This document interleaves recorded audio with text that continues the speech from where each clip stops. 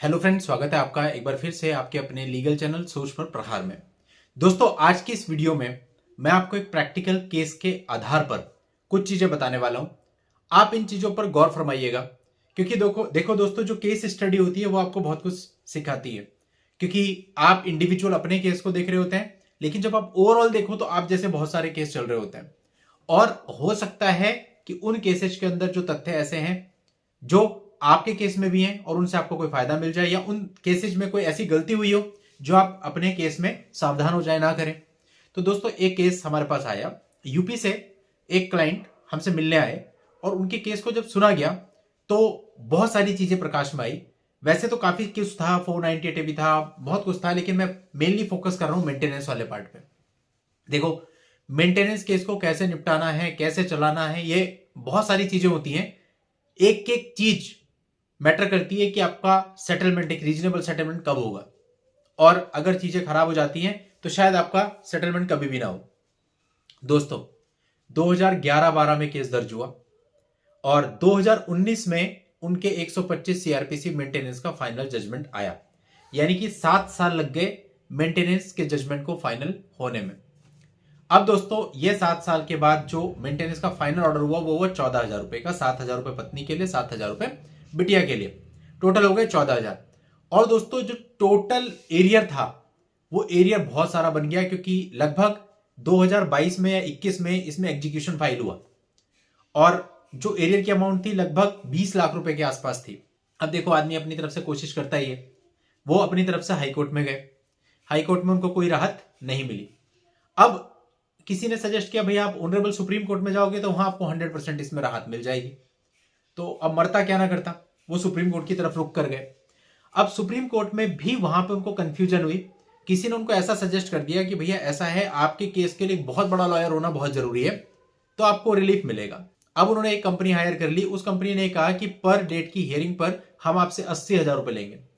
और आदमी middle class, जो सैलरी उनकी है वो 45,000 रुपए पर मंथ है। अब इसके हिसाब से 80,000 रुपए पर हियरिंग पे फीस देना आप समझ सकते हैं।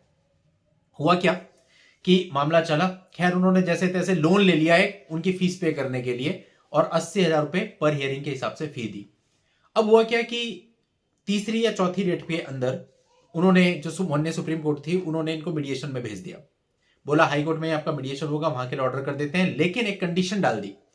बोला 50% पहले तो आप एरियर दो और मेंटेनेंस जो है वो रेगुलरली पे करते रहो, ओनली देन हम आपको मीडिएशन में भेजेंगे, क्योंकि सेटलमेंट हो सकता है, सब चीजें खत्म हो जाएंगी। और मीडिएशन का जो पैसा था, लड़की का जो लिटिगेशन एक्सपेंसेस था, वो भी लड़के को देना पड़ा। अब मीडिएशन हुआ, मीडिएशन में आके लड़की ने कह दिया कि भाई मुझे तो पैसे चाहिए मेरे, जो है बाकी साथ रहने के लिए उसने साफ मना कर दिया कि साथ मुझे नहीं रहना। अब मीडिएशन सेंटर वालों ने कहा, भैया ऑनरेबल सुप्रीम कोर्ट ने आपको यह ऑर्डर किया है कि आप रेगुलरली मेंटेनेंस देते रहेंगे, तो मीडिएशन की प्रोसेस चलते हुए 8 महीने हो गए। अब ये शर्त तो आपको पूरी करनी पड़ेगी जो ऑनरेबल सुप्रीम कोर्ट ने लगाई। तो वो जो 50% तो उन्होंने पहले दे दी, 10 लाख, और वो जो 8 महीने का मेंटेनेंस था वो भी उनको वहां पे करना पड़ा। अब मीडिएशन फेल हो गई, एक रिपोर्ट ऑनरेबल सुप्रीम कोर्ट में चलेगी जी मीडिएशन फेल हो गई। अब डेफिनेटली सुप्रीम कोर्ट में फिर आगे 2-3 हियरिंग लगेंगी, यानी फिर 80,000 रुपए पर हियरिंग के हिसाब से वो पे करेंगे। रिजल्ट क्या होगा? 14,000 रुपए पर मंथ उनका मेंटेनेंस है। क्वांटम थोड़ा ज्यादा लगता है उनकी सैलरी के हिसाब से। माननीय सुप्रीम कोर्ट इसमें क्या कर सकता है, हद से हद क्वांटम थोड़ा कम कर सकता है। 14 से 12 कर देगा, 14 से 10 कर देगा, 11 कर देगा, इससे नीचे तो नहीं जाएगा। और यह भी कोई गारंटी नहीं है कि कम हो सकता है 14 को ही सही मान लें। तो कहने का मतलब है कि रिलीफ कुछ भी नहीं मिला। और ये दोस्तों हुआ क्यों? क्योंकि मेंटेनेंस का केस बहुत लंबा चला, 7 साल। फिर उसके बाद और प्रोसेस निकल गई हाई कोर्ट में, उधर से दूसरी तरफ से एग्जीक्यूशन आ गया, 20 लाख रुपए का एरियर। आप कहां जाओगे? तो इसलिए दोस्तों, मेंटेनेंस के केस में बहुत ज्यादा देर करनी सही नहीं है। मेंटेनेंस केस अगर आपका चलता है तो थोड़ा बहुत तो ठीक है, 6 महीने से साल भर तक आप डिले कर सकते हैं। वो इस वजह से क्योंकि कई बार जो है लड़की वाले 6 महीना साल भर डिले होता है तो उनको फ्रस्ट्रेशन होता है, वो उस चीज को निपटा लेते हैं, उतना चलेगा। लेकिन अगर आप 7-7, 8-8, 10-10 साल डिले कर लोगे तो 20 लाख रुपए का एरियर आपका इकट्ठा हो जाएगा, कि जब भी ऑर्डर होगा वो from the date of application ही होगा। तो ये सारी चीज आपको समझनी है। अब परिस्थिति उनकी यह है कि अब वो मुझसे पूछते हैं, सर मैं इससे आगे क्या करूं? अब आप बताओ, मैं या कोई और इसमें कुछ एडवाइस कर सकते हैं जब ऑनरेबल सुप्रीम कोर्ट से आप फैसला लेकर के आ गए? कुछ भी नहीं, नथिंग, कुछ किया ही नहीं जा सकता। बस इतना ही कहा जा सकता है कि भैया आप फाइनल जजमेंट देख लो, ऑनरेबल सुप्रीम कोर्ट से क्या आता है and you have to follow. और कुछ किया नहीं जा सकता। और अब उनका आगे के लिए जो था वो ये था, सर मैं से बाहर कैसे हूं? लड़की डाइवोर्स भी नहीं दे रही है, और मेरा डाइवोर्स केस भी बहुत पहले से पेंडिंग चला रहा है, 2011-12 से ही, और वो भी अभी तक बढ़ा ही नहीं आगे। और अगर अब उसको आगे बढ़ाते हैं तो वो अभी 10-12-15 साल और खा जाएगा, तब तक एज हो जाएगी 60 साल, बात खत्म। तो अब ऐसे में क्या किया जाए? तो दोस्तों ऐसे में वही मैं आपको कहता हूं, अगर आप सोचेंगे ना कि ये सारी प्रोसेस को खत्म करके फिर हम अपनी जिंदगी शुरू करेंगे, तो वो नामुमकिन के बराबर है। आपको प्रैक्टिकली चलना है। पहले दिन से जब से आपके ऊपर केस फाइल हुए, आपको एक ब्रॉड पिक्चर देखनी है कि आने वाले टाइम पे क्या चीज आपको फेस करनी पड़ेगी और क्या रास्ता आपके पास शेष होगा। एक ईगो के अंदर केसेस लड़ना बिल्कुल भी ठीक नहीं होता। इनको आप जितना जल्दी खत्म करेंगे उतना आपके लिए बेहतर है। लेकिन हां, ऐसा भी नहीं है कि जो एक मिनिमम टाइम लगता है आप सोचे कि बस साल भर में खत्म हो जाए, मैं यहां से एक्सपीडाइट करा लूं वहां से, ऐसा नहीं होता। एक मिनिमम टाइम है वो जरूर लगेगा, लेकिन इतना लिंगर ऑन नहीं करना है अपनी तरफ से।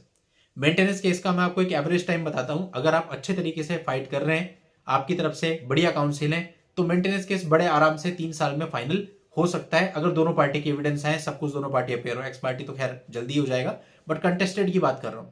और अगर आपका 3 साल से ज्यादा फाइनल जजमेंट खिंच रहा है, तो फिर आप ये समझ लो कि आपको बाद में बहुत नुकसान होने वाला है।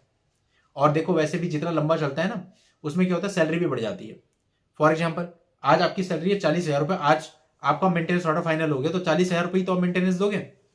लेकिन अगर वही मेंटेनेंस केस आपका 8 साल चल गया, 8 साल बाद आपकी सैलरी होगी 80,000, तो लेटेस्ट सैलरी स्लिप पर मेंटेनेंस लगाया जाएगा, तो 80,000 रुपए अमाउंट भी बहुत ज्यादा बनेगी, और वो from the date of application होगी।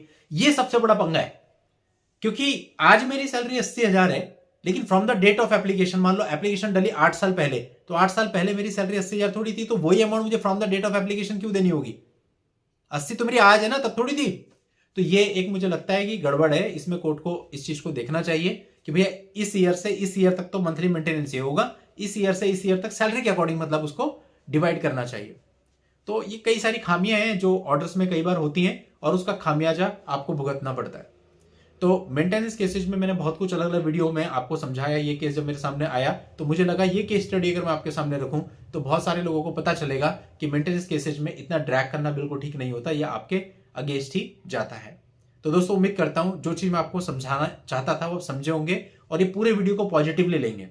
चलिए दोस्तों, आज की इस वीडियो में इतना ही। नेक्स्ट वीडियो में नई जानकारी के साथ मैं आपसे फिर मिलता हूं। तब तक के लिए goodbye and thank you for watching. Take care.